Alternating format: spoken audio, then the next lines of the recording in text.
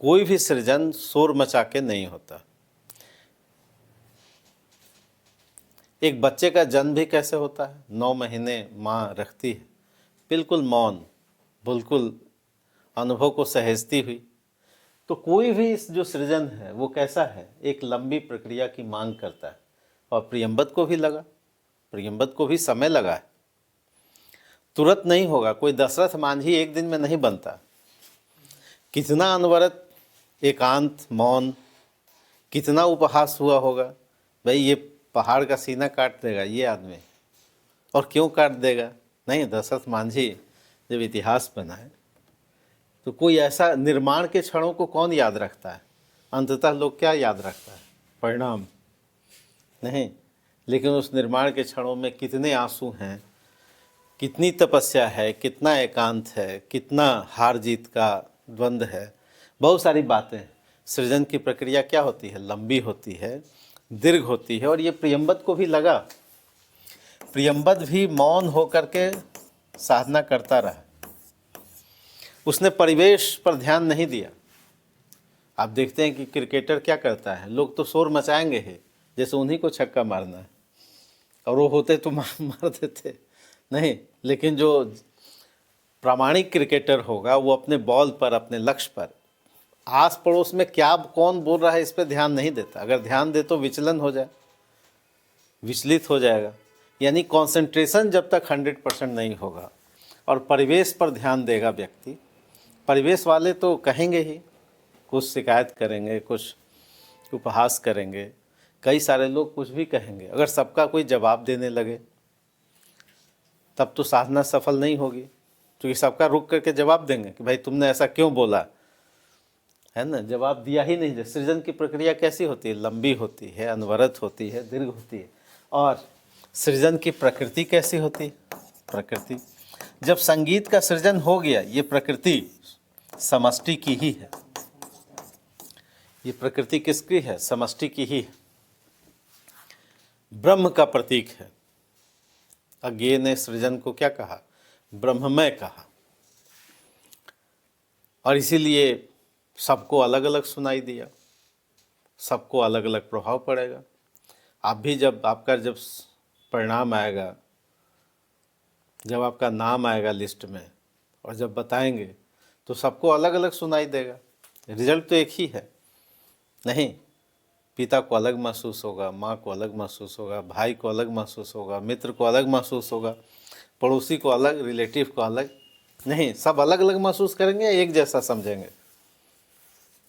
बताइए, जब आपका यूपीएससी का रिजल्ट निकलेगा तो इमेजिन कीजिए कि सब एक जैसा महसूस करेंगे? नहीं, कोई ईर्ष्या से देखेगा, कोई झूठ मूठ प्रशंसा करेगा, कोई दिल से प्रशंसा करेगा, किसी के जुबान ही नहीं निकलेंगे, किसी के आंसू आ जाएंगे। नहीं, तो यानी हर व्यक्ति के भाव अलग अलग हैं। तो भाव अलग अलग हैं तो उसका रिएक्शन भी क्या होगा? अलग अलग होगा। लेकिन ये सारे भाव, सारे मनोभाव अंततः जो साधक है वो कह रहा है कि जी क्रेडिट लेने की आवश्यकता नहीं है, ये सब हमने किसको समर्पित कर दिया? ये सब समर्पित कर दिया समष्टि को।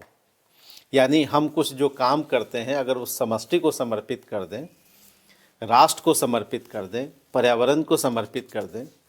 कोई इंजीनियर अगर अपनी मेधा, चूँकि ये कहा ही जाता है कि आप में यदि कोई अच्छा गुण है, मेधा है, तो आपके अपने लिए नहीं है।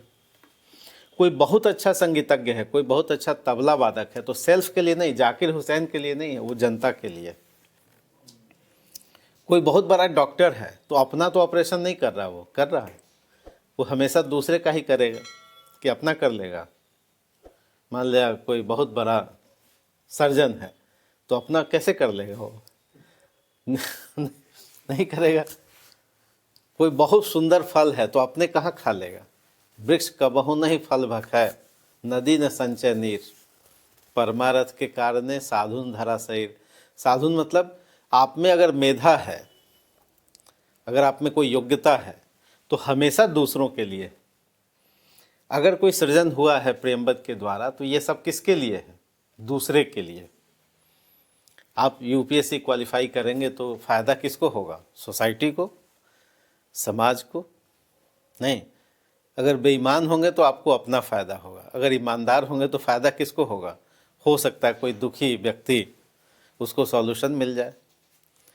नहीं, यानी जो बेस्ट होता है नेचर में वो हमेशा किसके लिए होता है? अपने लिए नहीं होता, वो हमेशा किसके लिए होता है? क्या? पैसा। हाँ, तो उसमें कुछ अगर गलत करेंगे तभी तो, इसलिए तो कहा गया वो बेस्ट नहीं है। मतलब कोई भ्रष्टाचार है तो सेल्फ के लिए है ना, तत्काल आपको ऐसा महसूस होगा। लेकिन अगर कोई ईमानदारी है, अगर सत्यनिष्ठा है, अगर कोई नैतिकता है, अगर कोई विशिष्ट गुण है, अगर बढ़िया कारपेंटर हैं, बढ़िया डॉक्टर हैं, बढ़िया इंजीनियर हैं, बढ़िया अध्यापक हैं, एक संगीतज्ञ हैं, तो संगीतज्ञ हैं तो दूसरा ही तो सुनेगा। नहीं, दूसरा कितना आनंदित होगा। तो जो प्रकृति हमेशा, अब सूर्य है तो दूसरे के लिए है, वायु दूसरे के लिए, जो बेस्ट है इस नेचर में वो सब किसके लिए है? दूसरे के लिए।